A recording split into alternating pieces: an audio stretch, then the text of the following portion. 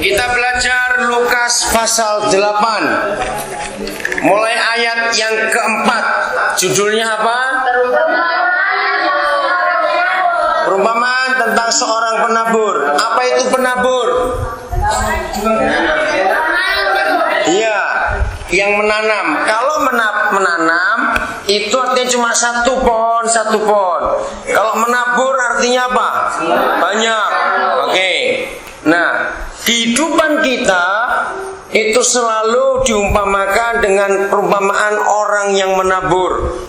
Siapa ingat tubuh kita dibuat dari apa?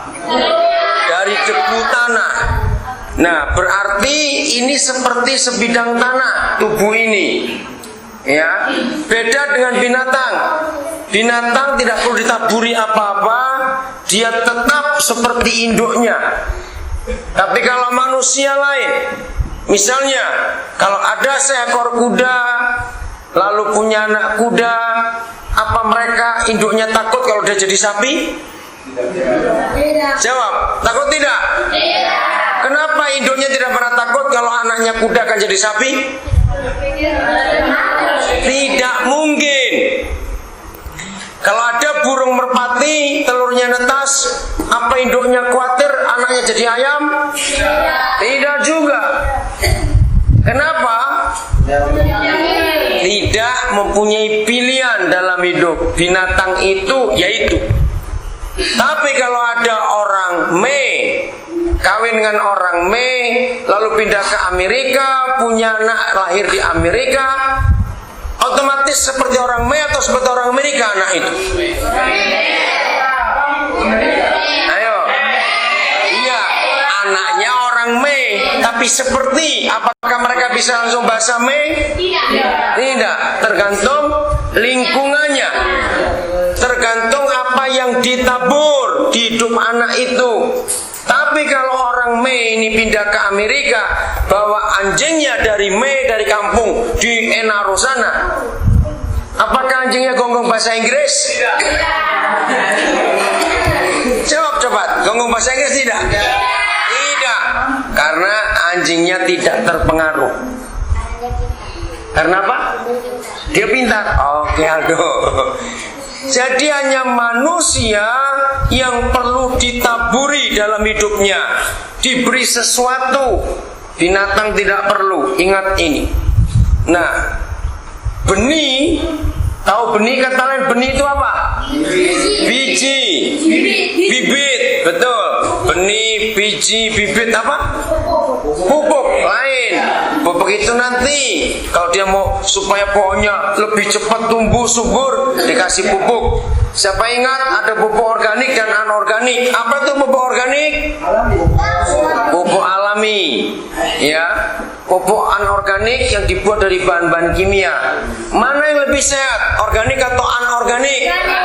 Organik, betul. Ingat itu. Besok kalau kalian menjadi besar dan punya tanah untuk ladang, untuk kebun, untuk sawah, jangan pakai pupuk anorganik, harus yang organik, jangan yang kimia. Kalau kita menanam benih padi, akan tumbuh jagung? Tidak. Tumbuhnya apa? Padi. Kita nanam pohon matoa, biji matoa kita tanam, bibit matoa kita tanam, dia tumbuh matoa. Kalau ada manusia jahat, hidupnya rusak, hidupnya kotor, wah dia penipu, dia pencuri, itu karena ditaburi benih apa? Benih yang jahat, benih penipu ditaburi. Nah, kalau kita ingin hidup yang baik, ditaburi apa? Benih yang baik. Oke? Jadi siapa yang ditaburi benih yang salah, dia akan jadi salah. Saya mau tanya, siapa saja yang bisa jadi penabur dalam hidup kita? Apa saja? Siapa saja? Orang tua, betul. Teman, betul teman. Siapa lagi? Guru, saudara, pengasuh, siapa? Tetangga, betul. Apa lagi? Ojek.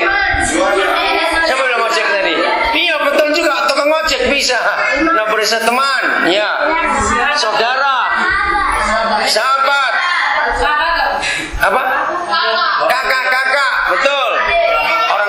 sudah? Nenek, ya. Pokoknya apa saja. Tapi dengar, acara-acara televisi bisa tidak menaburi kita? VCD, DVD yang kita tonton bisa menaburi kita. Buku-buku yang kita baca bisa tidak menaburkan sesuatu.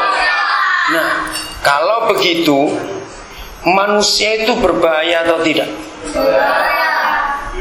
Dia berbahaya kalau ditaburi yang jahat, yang salah. Mata kita dan telinga kita itu tempat masuknya semua benih. Ya, yang paling kuat itu mata dan telinga. Betul? Karena kita lihat apa, kita dengar apa, itu masuk. Ingat, kalau sesuatu sudah masuk lewat mata atau lewat telinga, benih itu kemana larinya? Ke hati dan betul otak, pikiran. Betul sekali. Kalau barang itu sudah masuk, maka larinya ke hati dan ke pikiran. Yang paling penting adalah ini. Ini penting. Semua ingat ya. Kalau sudah masuk, biasanya yang sulit keluar lagi itu yang jelek atau yang bagus? Yang jelek. Itu kalau masuk susah hilang. Maka itu buktinya dalam kehidupan manusia. Mengapa kita seringkali sulit menghafal hal-hal yang baik, pelajaran-pelajaran, tapi kalau hal yang jahat, hal yang najis, hal yang salah, kita susah untuk melupakan. Padahal kita tidak perlu belajar untuk itu. Betul?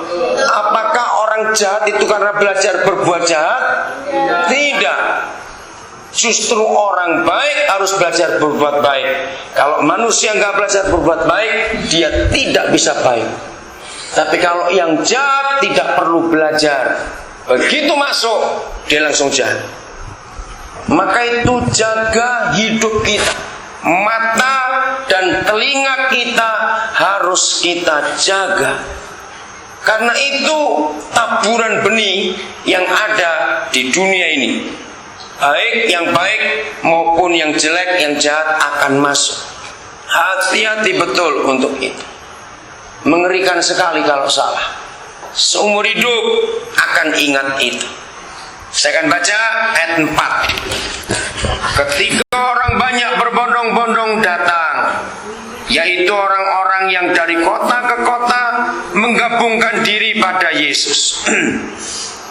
Seharusnya Tuhan Yesus senang gak diikuti orang banyak ini? Senang. Tapi dia ngomong, dia bicara begini. Berkatalah ia dalam suatu perumpamaan. Adalah seorang penabur keluar untuk menaburkan benihnya.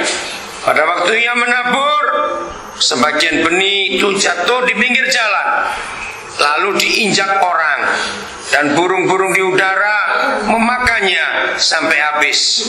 Sebagian jatuh di tanah yang berbatu-batu, dan setelah tumbuh ia menjadi kering karena tidak mendapat air.